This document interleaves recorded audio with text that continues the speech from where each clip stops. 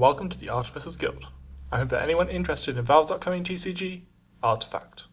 I'm Divok, and today we bring you a news roundup of all things Artifact over the past couple of weeks. But certainly we're heading out to Seattle to meet a games company and talk to them about their upcoming games, which actually, Pete Flax. We start things off with some huge news for anyone wanting more information on Artifact. A group of content creators based in the UK, the Yogscast, accidentally leaked information about a trip they've been invited on this weekend.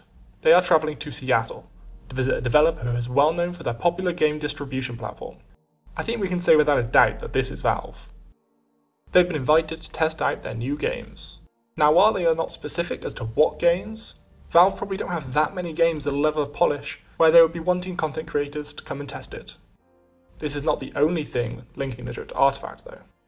If you're familiar with the Yogscast, and if I were to say Lewis, Sips, and Terps were going, then maybe you would assume it's card game related. The last two even have their own Hearthstone stream on the channel. If all this speculation is correct, which is very likely, then over the next couple of weeks we will hopefully be getting more information on Artifact. At the very least, we can expect some confirmation on some of the cards that have been suggested out so far. Heroes such as Venomancer, Earthshaker, and Necrophos have all been seen in game, but the cards themselves have not been shown on screen. Last time members of the media went to Valve HQ to play Artifact, there was a demo for them to play. We were shown nothing of deck building, and only a select number of cards were revealed. However, there was also a discussion of a closed beta coming in late April. Many of us took this to believe select members of the community would be given access to play Artifact, but this was a little too optimistic. What is more likely is that this closed beta is actually a more open version of the game that members of the media can play, and then release content for. Depending on the agreed upon NDA, we might be about to learn so much more about the game we are all anticipating. But yeah, I guess I'd just summarize it as really tough call to make, but legitimately the game would be dead in 6 months. You can either keep Gwent and have it slowly die over the course of the year and then get demolished by like Artifact later in the year, or you can actually give Gwent a chance and revamp it as you need to.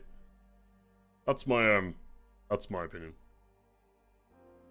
Along with this great news for Artifact fans, we've heard of some rather bad news, at least in the short term, for fans of Gwent. Arguably Artifact's second major competitor, Gwent, is a CCG that has similarities to Artifact. It is played on a number of rows, and with a similar base turn system, despite the differences.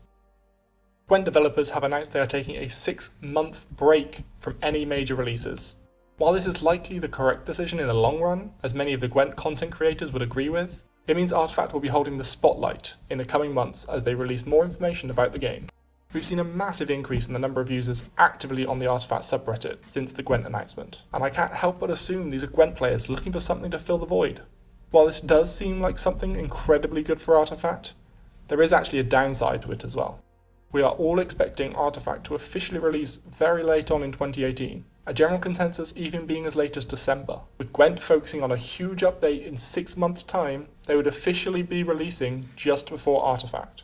While this is pure speculation, it would mean that Gwent steals a large amount of Artifact's thunder, and if Valve don't intend to release a little earlier to avoid this, then the anticipation Artifact builds over these next few months might end up being crucial to the overall success of the game. Regardless, despite having sunk many hours into Gwent, you will at least find me playing Artifact in late 2018. A number of streamers have also made statements about their involvements with, or anticipation of, Artifact. I have played some Artifact. I don't know how much. Wait, I can what? See, right? Oh goodness. What's So it like? I played a little bit. It's it's like every other card game. I never win, and I make a lot of excuses. PPD has been playing some Artifact, however he didn't seem to be enjoying himself. Of course, this might be due to him not playing many card games. He said himself that he's not a good source for the general state of the game. However, it does show that people purely interested in Dota 2 can't just hop over to Artifact and be successful straight away. Dude, let's crash this. That's actually this is like Artifact. There's 2 win conditions: destroy the throne or crash the game. Day9 is also already playing, albeit he's just abusing some in-game bugs to get easy wins, but that's Day9. But this is pretty important for the game, as not only is he a beloved member of the Hearthstone community, but he's also started to learn play Dota 2. If we didn't know any better, we'd consider him behind this whole game in the first place. A CCG player with a love for the Dota world, It all makes too much sense. We'll save the crazy speculation for another video.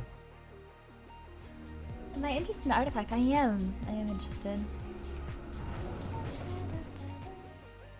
Hafu was interested too, as she stated in her stream, but we didn't get much more than that from the clip that Artifact's avid Redditors posted. Just another big personality, really looking forward to playing the game, and I can't help but agree.